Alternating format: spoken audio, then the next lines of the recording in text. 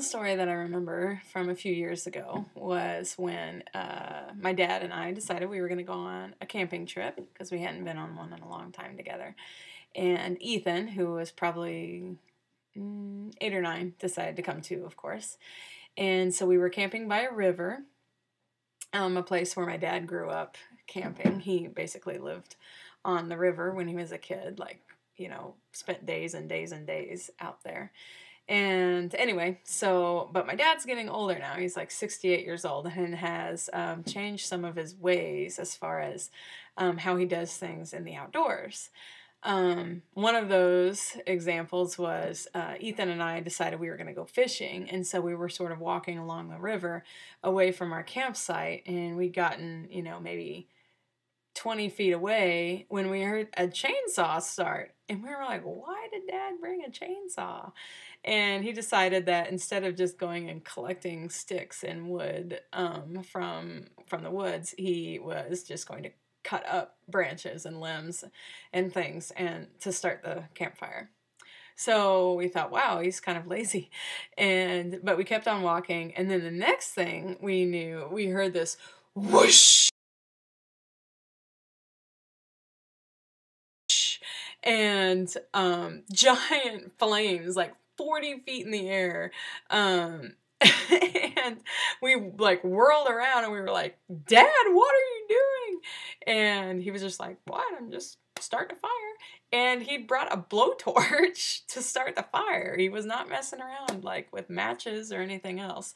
So that was kind of funny because my dad, who was this woodsman and worked in forestry his whole life, was starting campfires with a chainsaw and a blowtorch.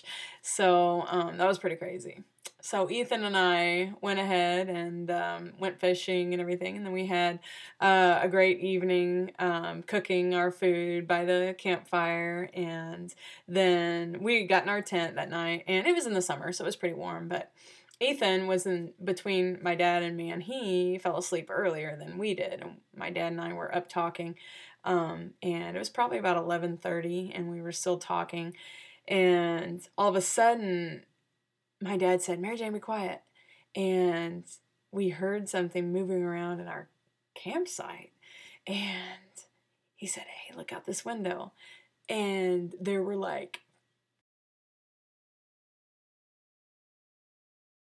20 coyotes outside our tent, and we just were really quiet and we were watching them, and it was so cool to just see them wandering around, and they were all over the place, and I was a little scared, but I've always trusted my dad, and so I wasn't scared because my dad was there, and I knew that he would punch the coyotes in the face and they would run away like yelping if anything happened. So anyway, we tried and tried and tried waking Ethan up. Like we were shaking him and hitting him and like yelling at him, and he wouldn't wake up. And then the coyotes just started screaming. Like when they howl, it doesn't sound like howl. It sounds like screaming, and it was so loud and it was so weird because they were like right up next to our tent, like they were practically screaming inside our tent. And so it was really crazy to watch. It was kind of scary, but it was really fun. And